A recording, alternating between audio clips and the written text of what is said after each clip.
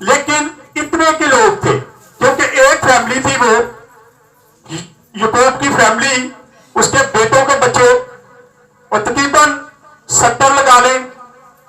Bible اتنا زیادہ اس کو نہیں بیان کرتی، مختلف بیانات ہیں، لیکن یہ تقریباً 70 کے قریب جو لوگ تھے یہ وہاں پہ آتے ہیں. خدا ایک پاک مقصد کے لیے ان کو یہاں پہ لے کے آتا ہے. آئیں دیکھتے ہیں ذرا پیدائش کی کتاب 46 باب، اس کی پہلی 7 آیت کو پڑھیں گے.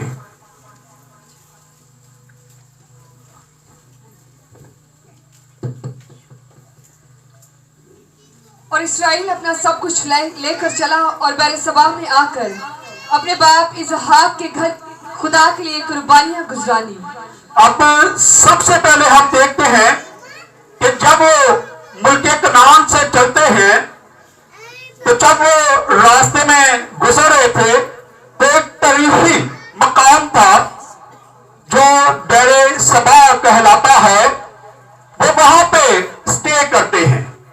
یعقوب اپنی اولاد کو کہتا ہے کہ ہم یہاں پہ اپنے ڈیرے لگائیں گے اور یہاں پہ ہم خداوند کے لیے قربانیاں گزرانیں گے، کیونکہ یہ ایک تاریخی مقام ہے جہاں پہ اسحاق بھی آیا، ابراہیم بھی یہاں پہ آیا. یہ وہ مقام ہے جہاں بار بار خدا اس گھرانے سے بات چیت کرتا تھا. آئیں ایک دو حوالہ دیکھتے ہیں ذرا.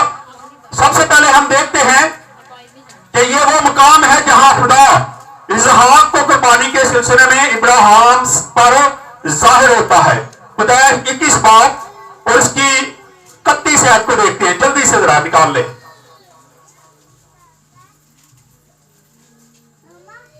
اسی لیے اس نے اس مقام کا نام بیر سبا رکھا، کیونکہ وہی ان دونوں نے قسم کھائی.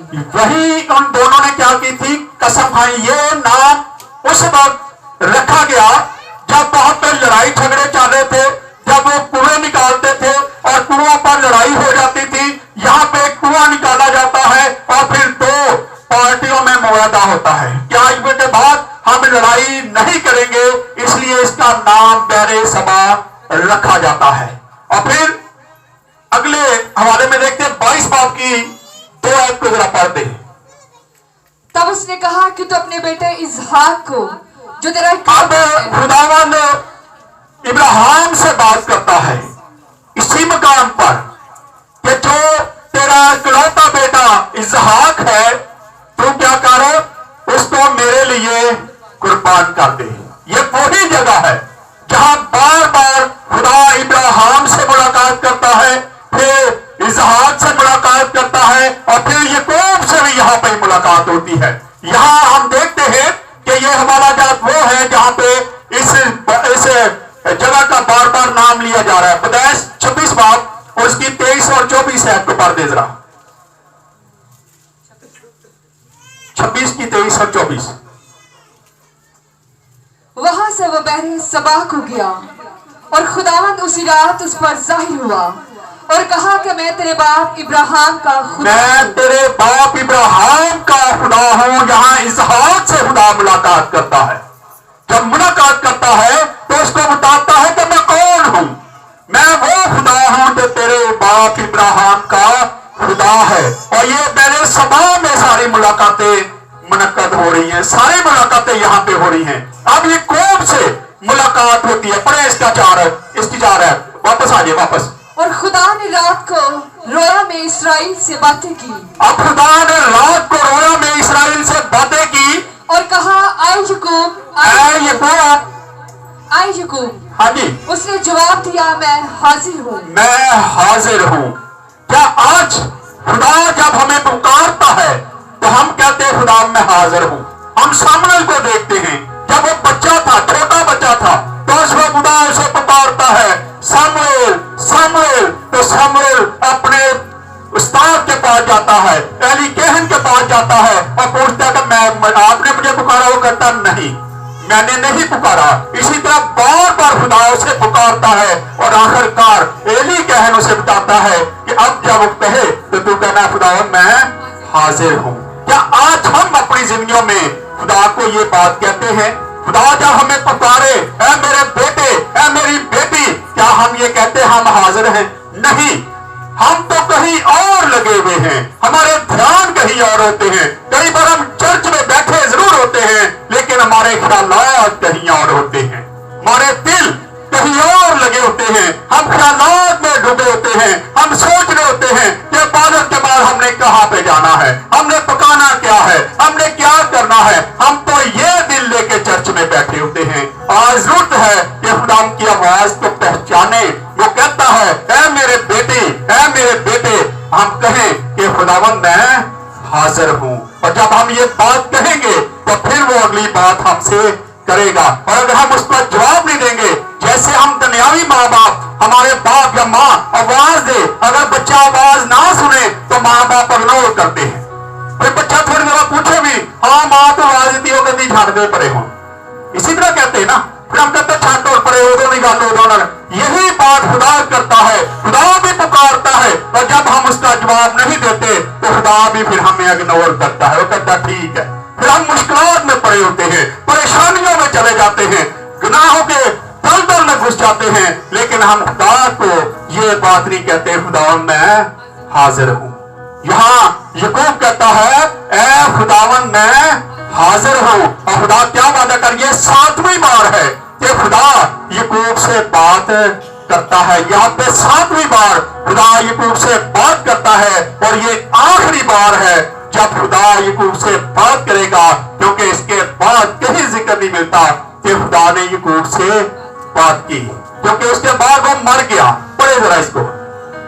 اس نے کہا میں خدا تیرے باپ کا خدا ہوں، میں خدا تیرے باپ کا خدا ہوں، مصر میں جانے سے نہ ڈر. مصر میں جانے سے نہ ڈر. شاید اس وقت یعقوب کے دل میں خوف ہوگا کہ میں وہاں پہ جا تو رہا ہوں، کیونکہ اسے یہ ساری باتوں کا پتا تھا کہ وہ تو بت پرست علاقہ ہے، وہ ملک میں بت پرستی کی جاتی ہے، وہاں کا حاکم جو ہے وہ ہیرودیس ہے اور میرا بیٹا بھی وہاں پہ ہے.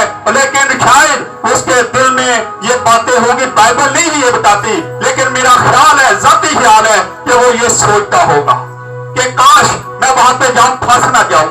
اس لیے خدا اسے کہتا ہے کہ وہاں پہ جانے سے نہ ڈر. کیوں پڑھیں کیوں خدا کہتا ہے کیونکہ میں وہاں تجھ سے ایک بڑی قوم پیدا کروں گا. میں وہاں پر تیرے سے ایک بڑی قوم پیدا کروں گا. تو 70 لوگ یا 80 لوگ لے کے جا رہے ہیں، لیکن جب تو وہاں سے نکلے گا تو تیرا شمار بہت زیادہ ہو چکا ہوگا. یہاں پر دیکھتے ہیں کہ خدا اس سے وعدہ کرتا ہے کہ تو نہ گھبرا، جب تو وہاں پہ جائے گا تو تجھ سے میں ایک بڑی قوم پیدا کروں گا. کیونکہ خدا چاہتا تھا کہ یہ مصر میں جائے اور مصر سے ایک بڑی قوم بن کے یہ واپس آئے. لیکن یعقوب شاید ڈر رہا تھا، لیکن خدا اس سے وعدہ کرتا ہے. اور جی پڑھے آگے، میں تیرے ساتھ مصر کو جاؤں گا. میں تیرے ساتھ ہی مصر کو جاؤں گا. خدا نے اسی وقت وعدہ کر دیا کہ میں تیرے ساتھ مصر کو جاؤں گا. اور جب ہم خدا کے ساتھ وفاداری دکھاتے ہیں اور جب ہم کہیں بھی جائیں تو خدا ہمارے ساتھ ساتھ جاتا ہے. کہیں بھی چلے جائے خدا ہمارے ساتھ ساتھ رہتا ہے، کیونکہ اس کا یہ وعدہ ہے. لیکن وعدہ اس طرح پورا ہوتا ہے، ہم بھی تو تھوڑا اس کی طرف اپنا دل لگائیں، ہم بھی تو اس کو کہیں کہ میں حاضر ہوں، میں تیرے لیے پیچھے آنے کے لیے تیار ہوں، میں تیرے حکموں کو ماننے کے لیے تیار ہوں. لیکن ہمارا دھیان تو کہیں اور لگا ہوتا ہے.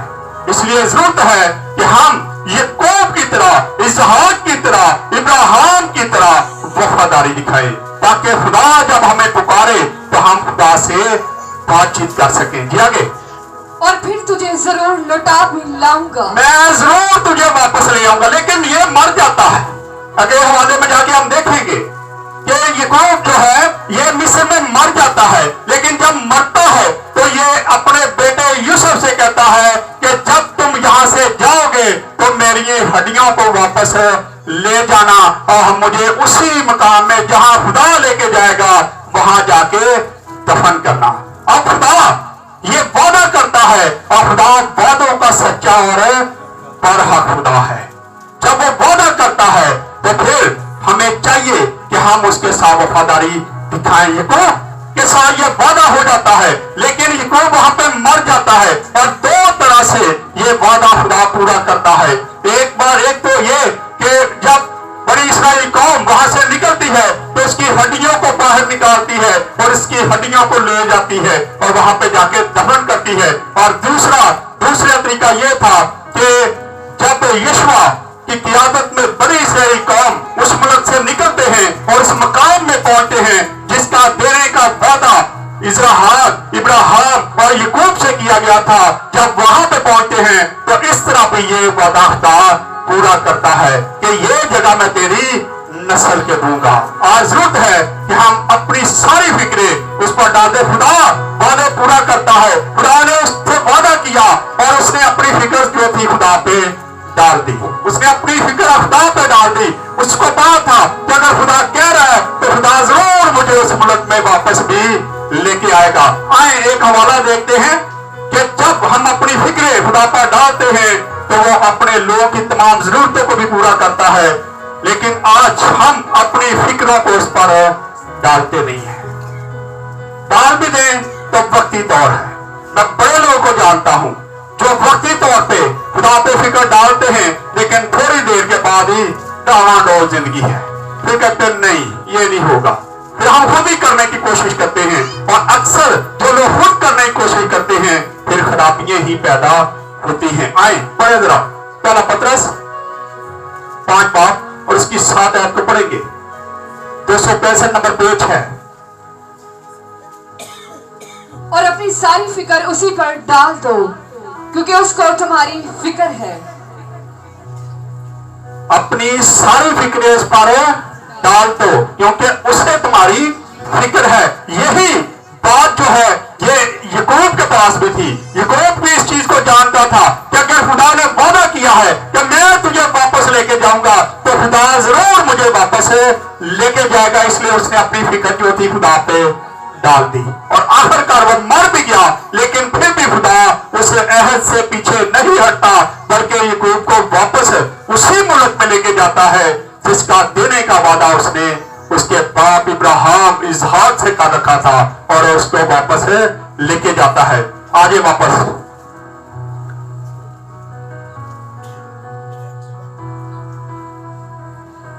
اور یوسف اپنا ہاتھ تیری آنکھوں پر لگائے گا.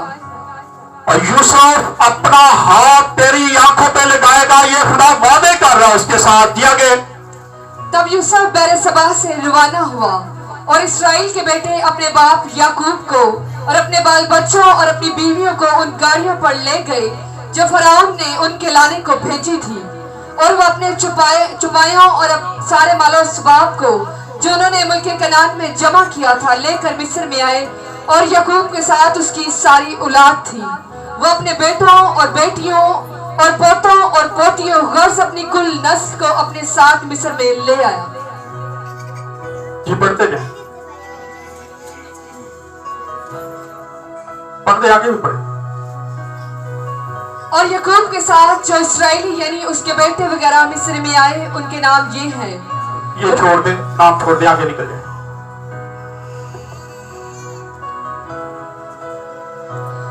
یعقوب کے سلب سے جو لوگ پیدا ہوئے اس کے ساتھ مصر میں آئے وہ اس کی بہوؤں کو چھوڑ کر شمار میں 66 تھے. ہاں جی. اور یوسف کے 2 بیٹے تھے جو مصر میں پیدا ہوئے. سو یعقوب کے گھرانہ کے جو لوگ مصر میں آئے وہ سب مل کر 70 ہوئے.